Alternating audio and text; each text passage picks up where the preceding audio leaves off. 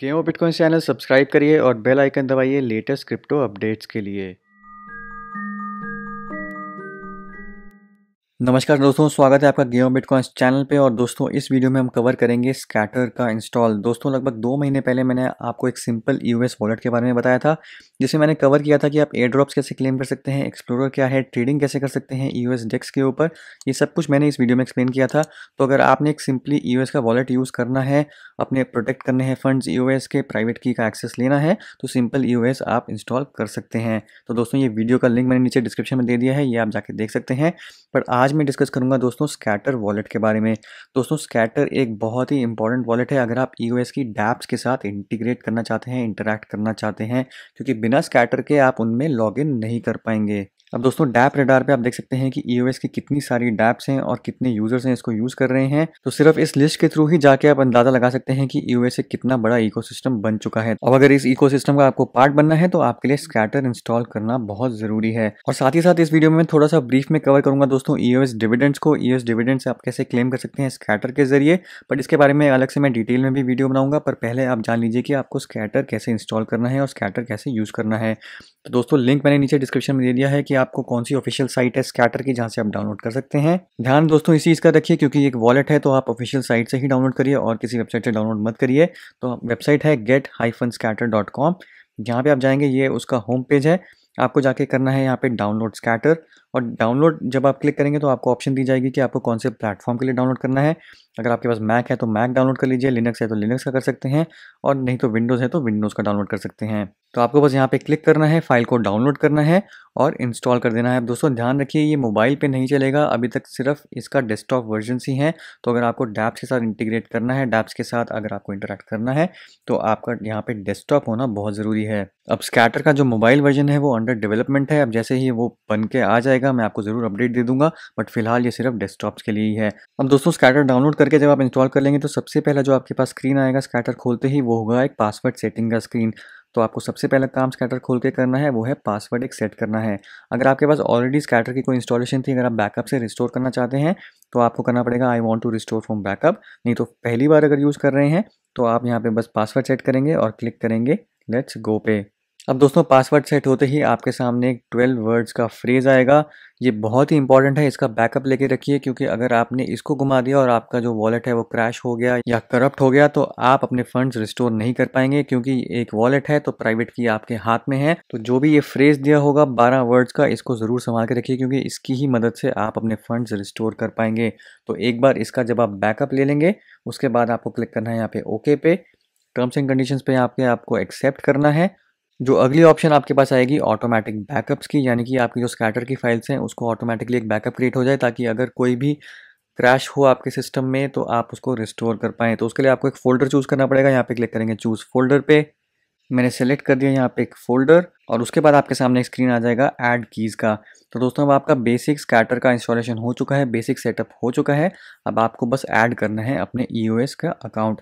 अब दोस्तों जो स्कैटर है वो इथेरियम और ट्रॉन भी सपोर्ट करता है, तो ईओएस के अलावा आप इसमें ट्रॉन और इथेरियम के डैप्स के साथ भी इंटरैक्ट कर सकते हैं। तो आप क्लिक करेंगे दोस्तों ऐड कीज़ पे। अब यहाँ पे आपके पास दोस्तों आएंगी 3 ऑप्शंस, क्रिएट अ न्यू की, इंपोर्ट एन एग्जिस्टिंग की और create a new EOS account. अब दोस्तों अगर आप नहीं जानते तो ईओएस की डैप्स के साथ इंटरेक्ट करने के लिए आपको ईओएस का एक अकाउंट बनाना बहुत ज़रूरी होता है। बिना ईओएस की ब्लॉकचेन पे अकाउंट बनाए आप डैप्स के साथ इंटरेक्ट नहीं कर पाएंगे। तो सबसे पहले तो अगर आपके पास कोई एग्जिस्टिंग ईओएस का अकाउंट है जिसकी आपके पास प्राइवेट की का एक्सेस है, तो आप यहाँ पे सिंपली इंपोर्ट की पे जाके क्लिक कर सकते हैं। उसके बाद आप अपनी प्राइवेट की जो है वो एज अ टेक्स्ट है, हार्डवेयर है या क्यूआर कोड, जैसे भी करके अगर आपके पास जैसे भी एक्सेस है उस प्राइवेट की का, आप यहाँ पे जाके इंपोर्ट कर दीजिए। तो आपका जो ईओएस का अकाउंट है, एग्जिस्टिंग अकाउंट है, वो यहाँ पे स्कैटर में ऐड हो जाएगा। अब अगर आपके पास ईओएस जो है वो एक्सचेंजेस पे है और आपके पास कोई ईओएस की ब्लॉकचेन पे अकाउंट नहीं है जिसका आपके पास प्राइवेट की का एक्सेस हो, तो आपको या तो नया अकाउंट क्रिएट करना पड़ेगा using create a new EOS account option, या फिर आप क्रिएट अ न्यू की कर दीजिए। उसके बाद आप सेकंड स्टेप में जाके ईओएस का अकाउंट क्रिएट करिए। तो आपको ईओएस का अकाउंट जो है वो तो क्रिएट करना ही पड़ेगा। अब मान लीजिए आपके पास बिल्कुल नया एक अकाउंट है, आपको क्रिएट करना है, तो आपको क्या करना पड़ेगा, create a new EOS account पे जाइए, यहाँ पे जाके ईओएस अकाउंट पे क्लिक करिए। एक मैसेज आएगा यहाँ पे ईओएस की क्रिएटेड, यहाँ पे आप नीचे फिर से क्रिएट अकाउंट पे क्लिक करेंगे। आपको एक अकाउंट नेम चूज़ करना पड़ेगा, और दोस्तों ये पब्लिक नेम है। यहाँ पे आप जो भी अकाउंट चूज़ करेंगे, जैसे मान लीजिए मैंने गेम बिटकॉइंस चूज़ किया, तो आपको ये 12 कैरेक्टर लॉन्ग होना चाहिए, अकाउंट नेम अवेलेबल होना चाहिए, क्योंकि ये पब्लिकली अवेलेबल है। यानी कि जो भी आप अकाउंट यूज़ करेंगे उस पे आपको कोई भी फंड्स भेज पाएगा। तो यानी कि यहाँ पे आपको कोई पब्लिक की जैसी कोई बड़ी सी चीज़ याद रखने की ज़रूरत नहीं है। जो भी आपने अकाउंट नेम क्रिएट कर दिया, इसको डायरेक्टली यहाँ पे कोई भी आपका ये अकाउंट नेम यूज़ करके आपको फंड्स भेज सकता है। तो यहाँ पे आपने एक बार अकाउंट नेम चूज़ कर लिया, उसके बाद क्लिक करेंगे यूज़ नेम पे।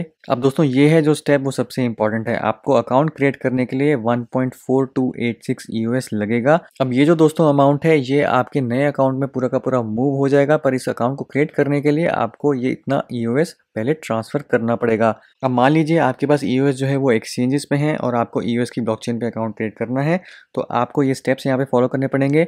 आपको इतना मिनिमम अमाउंट या इससे ज़्यादा अमाउंट इस अकाउंट पे भेजना पड़ेगा और साथ में मेमो में डालना पड़ेगा ये जो भी आपका यहाँ पे टेक्स्ट डिस्प्लेड होगा। और जैसे ही ये फंड्स ट्रांसफर हो जाएंगे इस अकाउंट पे, तो आपका एक नया अकाउंट क्रिएट हो जाएगा। जैसे मेरा यहाँ पे गेम बिटकॉइंस का अकाउंट क्रिएट हो जाएगा अगर मैं इतने फंड्स यहाँ पे भेज देता हूँ तो। अब ईओएस की अकाउंट क्रिएशन में ये फंड्स की ज़रूरत दोस्तों इसलिए है क्योंकि ईओएस का जो कंसेप्ट है वो दोस्तों चलता है यूसेज पे, रैम यूसेज पे, सीपीयू यूसेज पे और नेटवर्क यूसेज पे। तो अकाउंट को आपको मिनिमम चीज़ों के लिए यूज़ करने के लिए कुछ मिनिमम अमाउंट स्टेक करना पड़ता है यूएस का। और ये जो अमाउंट यहाँ पे भेजा जा रहा है, ये बेसिकली आपका नया अकाउंट क्रिएट होते ही यहाँ पे कुछ अमाउंट जो है ईओएस का ये स्टेक कर देगा, ताकि आपके पास इमीडिएटली सीपीयू, बैंडविड्थ और रैम अवेलेबल हो। तो जितना ज़्यादा आप अपना ईओएस स्टेक करेंगे उतनी ज़्यादा आपके पास सीपीयू, रैम और नेटवर्क अवेलेबल होगा। तो दोस्तों बेहतर समझाने के लिए यहाँ पे मैं आपको एक डेमो अकाउंट दिखा देता हूँ। ये है ईओएस सुपर प्ले करके कोई अकाउंट है। यहाँ पे आप देख सकते हैं रैम, सीपीयू और नेट है। कितना ईओएस यहाँ पे स्टेक किया हुआ है, 2000 से ज़्यादा ईओएस यहाँ पे स्टेक किया हुआ है और उसके बदले में इतनी सीपीयू यूसेज यहाँ पे इसको ग्रांट कर दी गई है।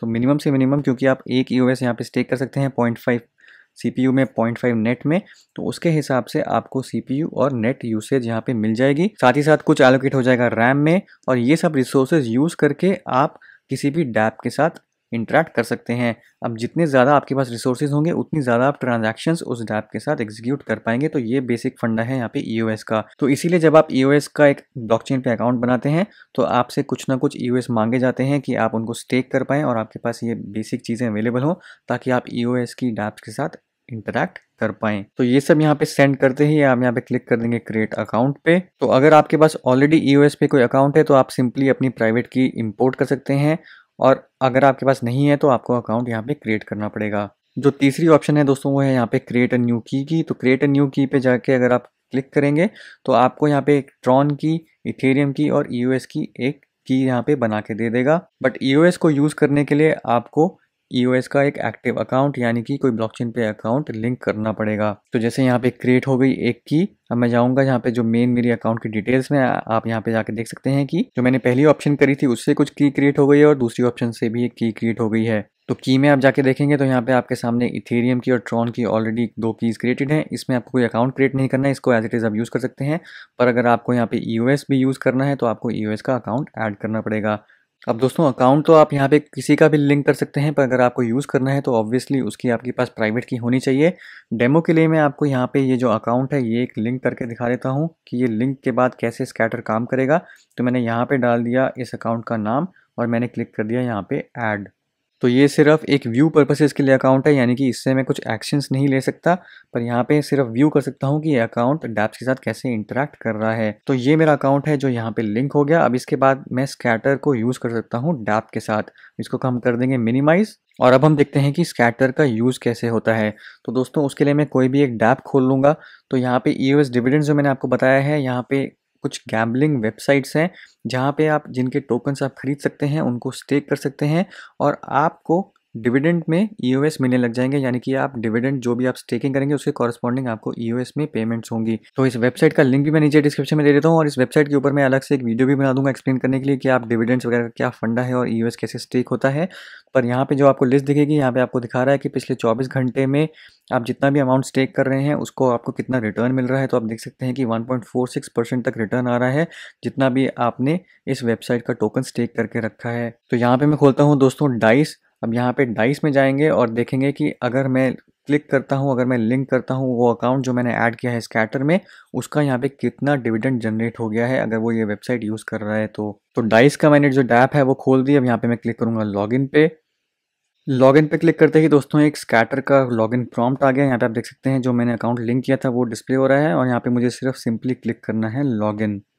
तो ये मेरा हो गया यहाँ पे लॉगिन। अब मैं जाऊँगा यहाँ पे वॉलेट में और वॉलेट में जाके हम पे आउट पे जाके देख सकते हैं कि यहाँ पे इस अकाउंट का कितना बैलेंस है, कितना स्टिकिंग अमाउंट है, कितने पे आउट लॉग्स हैं, वो सब यहाँ पे हम जाके देख सकते हैं। अब दोस्तों इसी अकाउंट को मैंने मॉनिटर किया है और देखा है कि एक पर्टिकुलर वेबसाइट है जहाँ पे ये बहुत ज़्यादा यूज़र एक्टिव है। तो दोस्तों उस साइट में भी मैं आपको लॉगिन करके दिखा देता हूँ कि वहाँ पे क्या सीन है। तो ये भी एक डैप है endless.km, यहाँ पे भी हम लॉगिन करते हैं। एक बार फिर से मैंने किया यहाँ पे लॉगिन। अब लॉगिन होने के बाद चलते हैं दोस्तों यहाँ पे डिविडेंड पूल में। अब ये आप दोस्तों यहाँ पे देख सकते हैं कि कितने सारे टोकन्स यहाँ पे इस स्पेसिफिक साइट के स्टेक किए हुए हैं और इस बंदे की जो अर्निंग है वो यहाँ पे कितनी हो रही है।